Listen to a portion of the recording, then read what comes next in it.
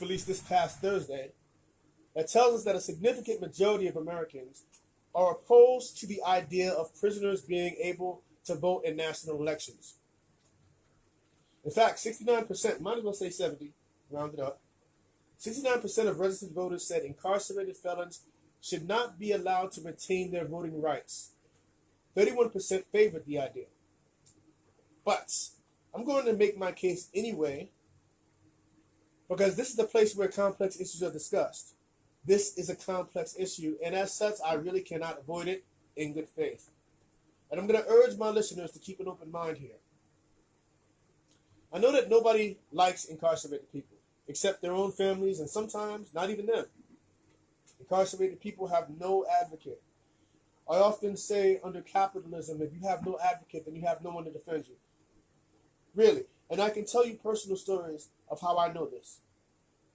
When I was a child, one of my mother's close friends, Jenny, was murdered by an intruder in our house.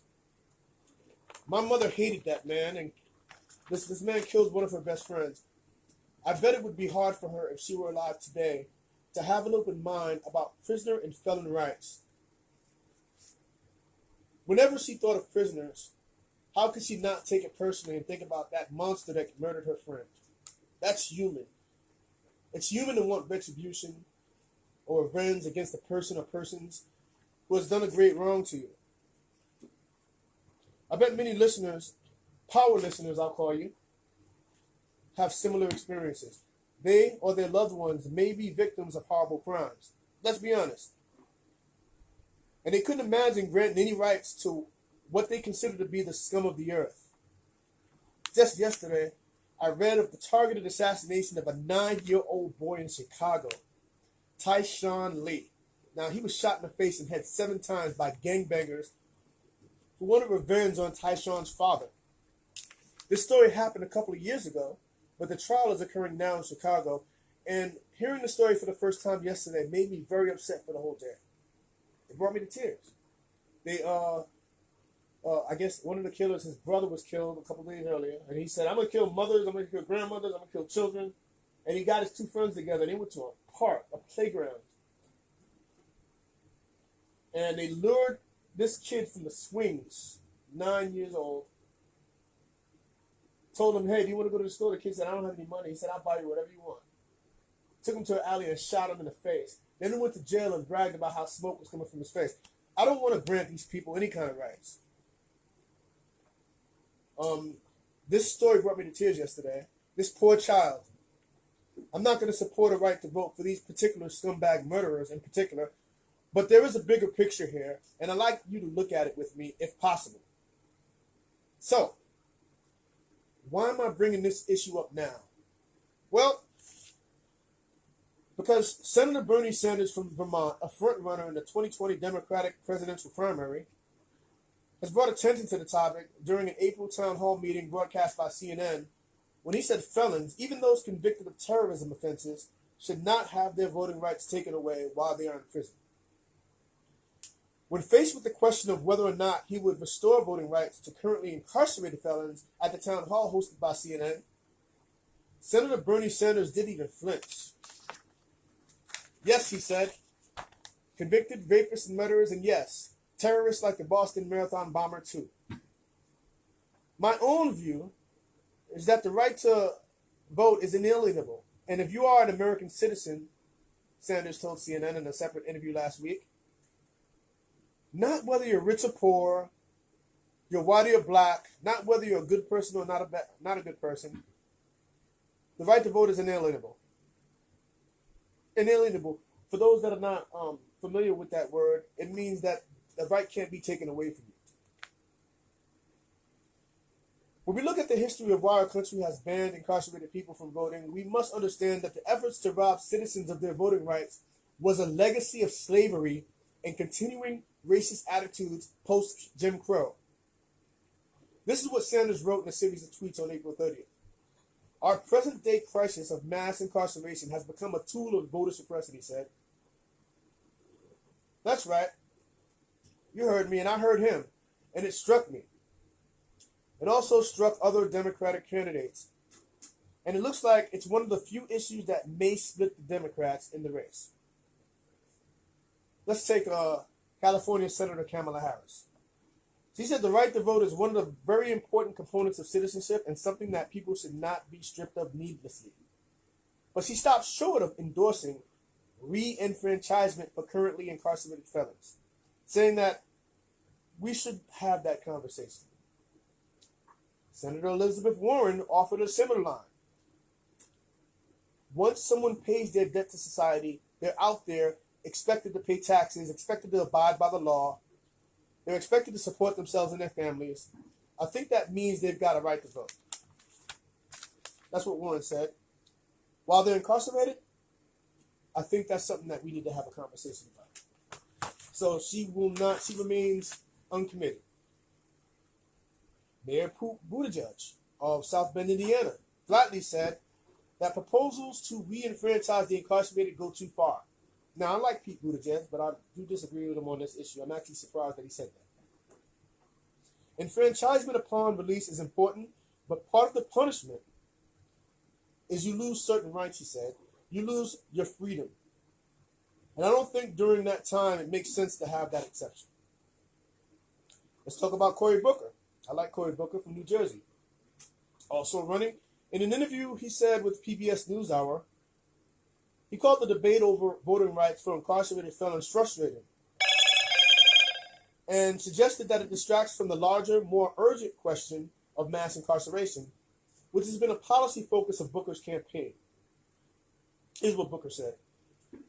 So if Bernie Sanders wants to get involved in a conversation about whether Dylann Roof and the Boston Marathon bomber should have the right to vote, my focus is liberating black and brown people and low-income people from prison, Booker said. He added, my focus is tearing down the system of mass incarceration so we don't even have to have the debate about people's voting rights because they're not going to prison in the first place. People that don't belong there aren't there. I'm going to stop that as president. I'm going to stop the mass incarceration of black and brown people. I feel that's a respectable position, and this is my position, Jamal. But Sanders has stood by his position, calling felony disenfranchisement a legacy of racism and a means for Republicans to deny voting rights to Americans who are not likely to vote for them. And you got to agree, that's pretty on point. Many on the right, the conservatives, were quick to cast the Sanders position as radical leftism. Senator Lindsey Graham tweeted, let's vote on Bernie Sanders' idea to allow rapists, murderers, and terrorists to vote from prison. See where every elected official stands. You see what Lindsey's doing there? Using the worst possible iterations of the proposal to inspire fear, a common Republican tactic. As if the murderers can use their vote to somehow murder again. I vote for another murder.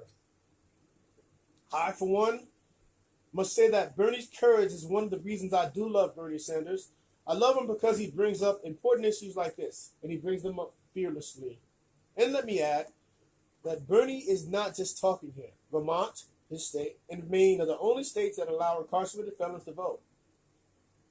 I bet you didn't even know that. I didn't. Till I researched. You hear that, people? That's research, paperwork, preparation. Let me give you some facts. Not only are Maine and Vermont the only ones that allow incarcerated felons to vote, they have no restrictions on voting whatsoever. They allow all people in trouble with the law to vote, regardless of their crime.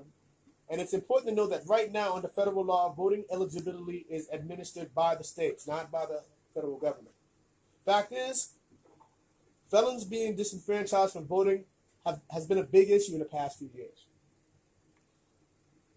Last fall, proponents of criminal justice reform got a major win when the state of Florida voted to approve a ballot measure to amend the state's constitution in order to re-enfranchise the more than 1 million citizens in the state with felony convictions.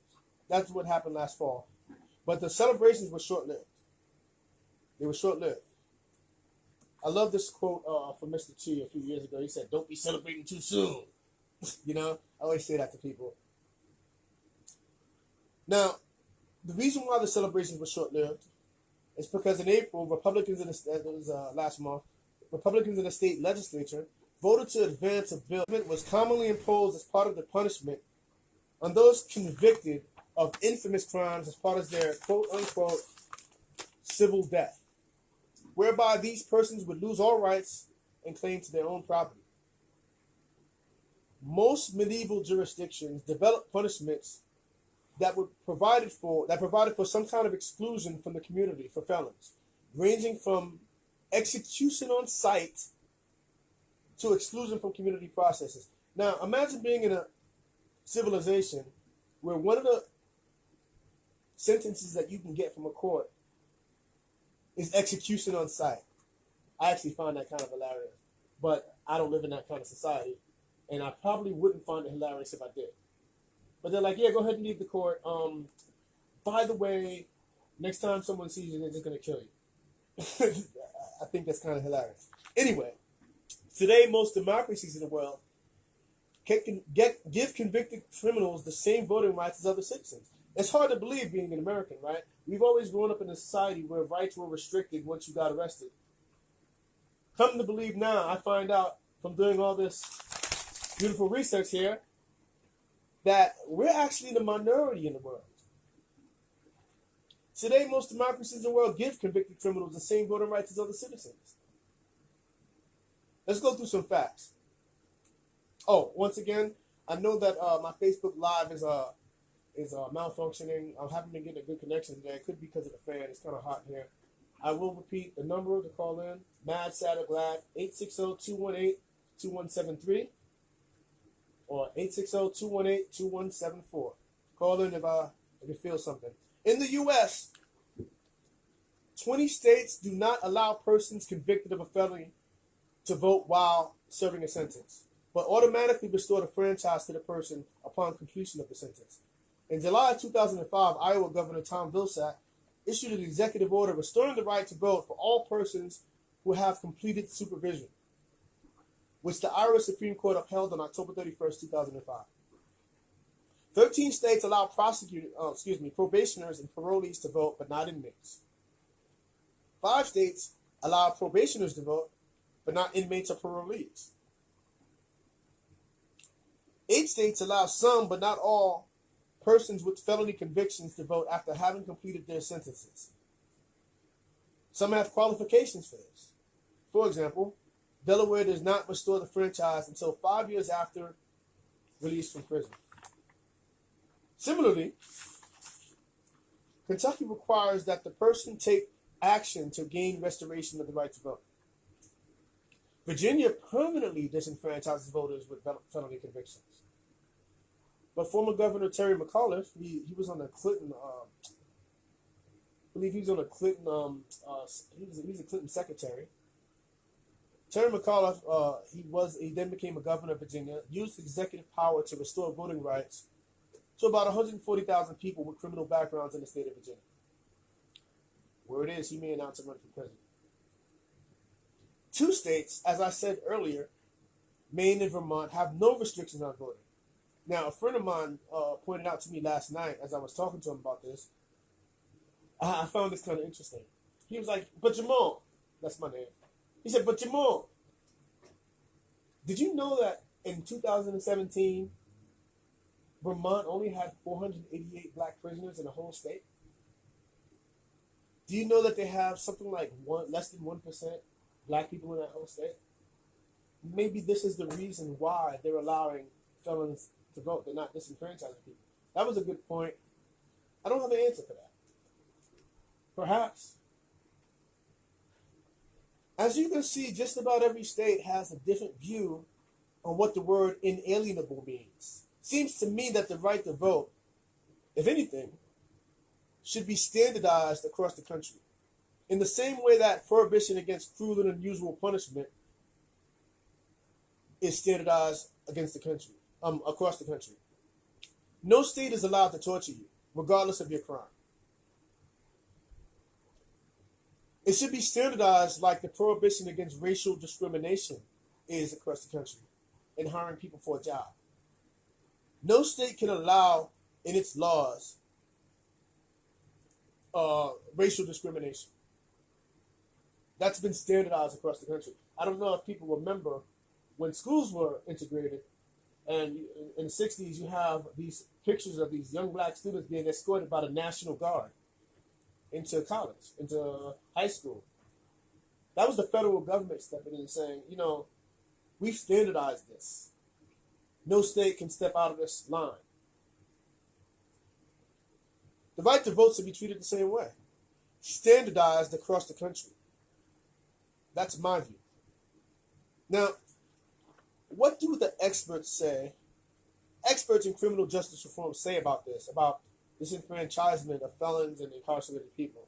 Well, Christopher Uggan, a professor in sociology and law at the University of Minnesota, says this. He says that while Sanders' position is being characterized by the media as radical by today's standards, in reality, disenfranchisement has evolved to become an American thing. Fact is that we have the strictest laws in the world regarding our vote, and it affects a great number of our citizens.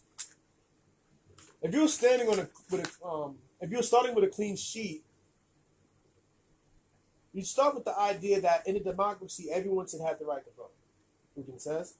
Rather, we're starting from a sheet that has centuries of racial oppression, class oppression, and a high degree of disenfranchisement.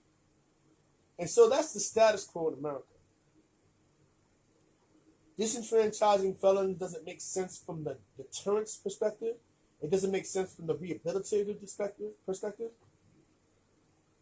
From an incapacitative perspective, there's no logical reason or justification for punishment in this sense, Uggan says.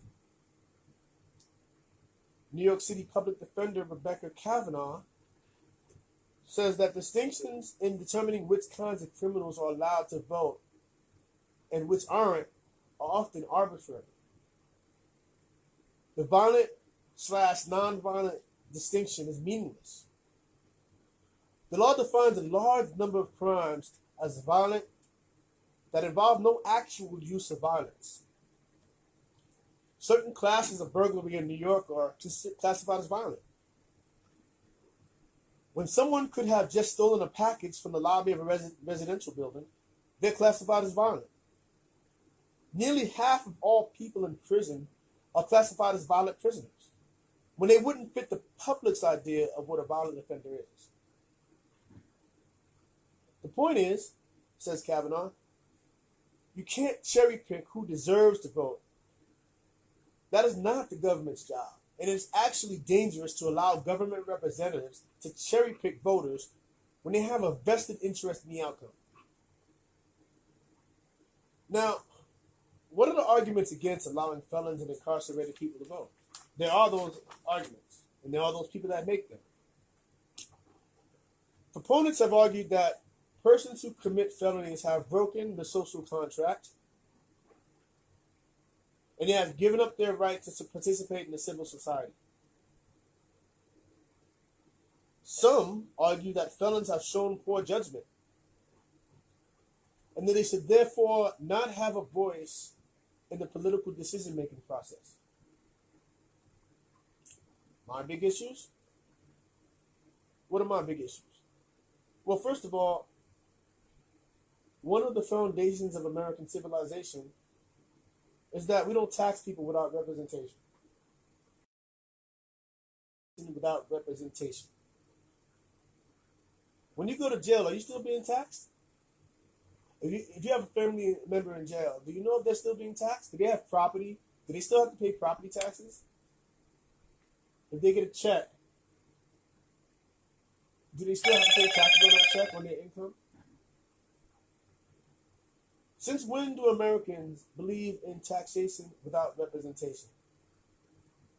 Questions in me, because I've never thought about this. But here are the facts. Voting is supposed to be inalienable.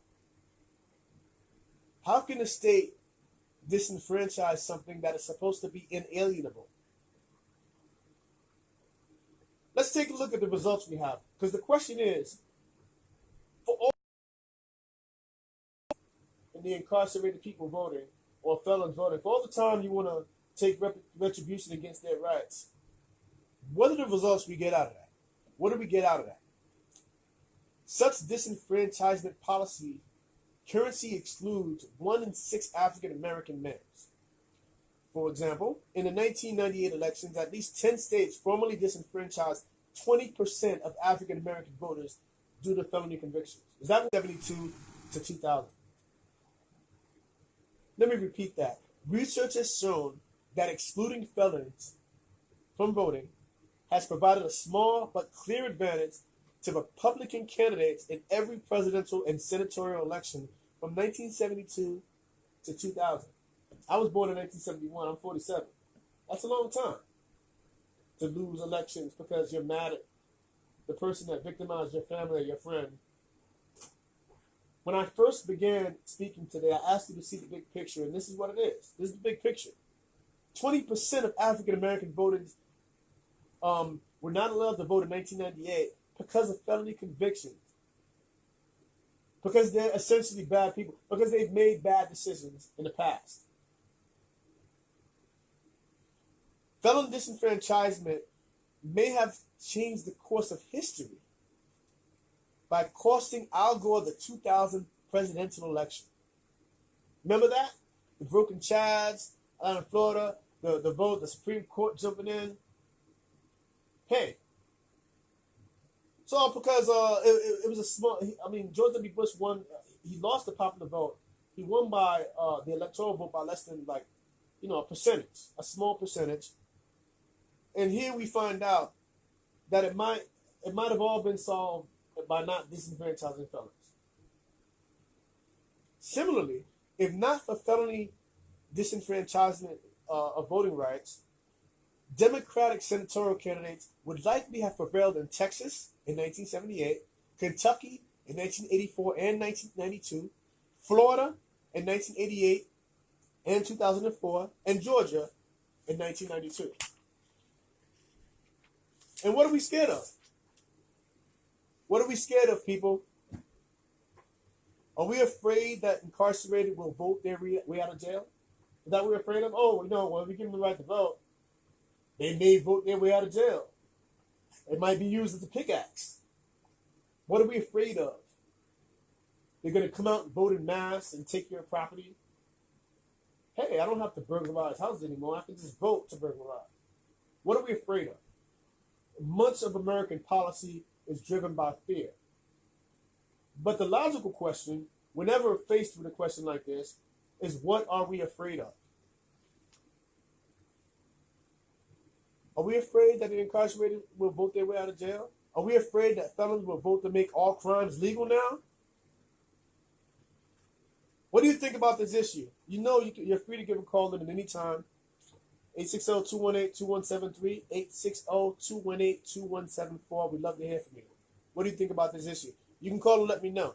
But as I was thinking about this issue last night, I found some hilarity in it. Because here's the thing. You got to think about this common sense-wise. Notice that the government only goes after your right to vote when you get a felony. They don't go after your right to marry. They don't go after other rights. Just the right to vote. Isn't that odd? If you molest 10 kids, they won't tell you can't have kids.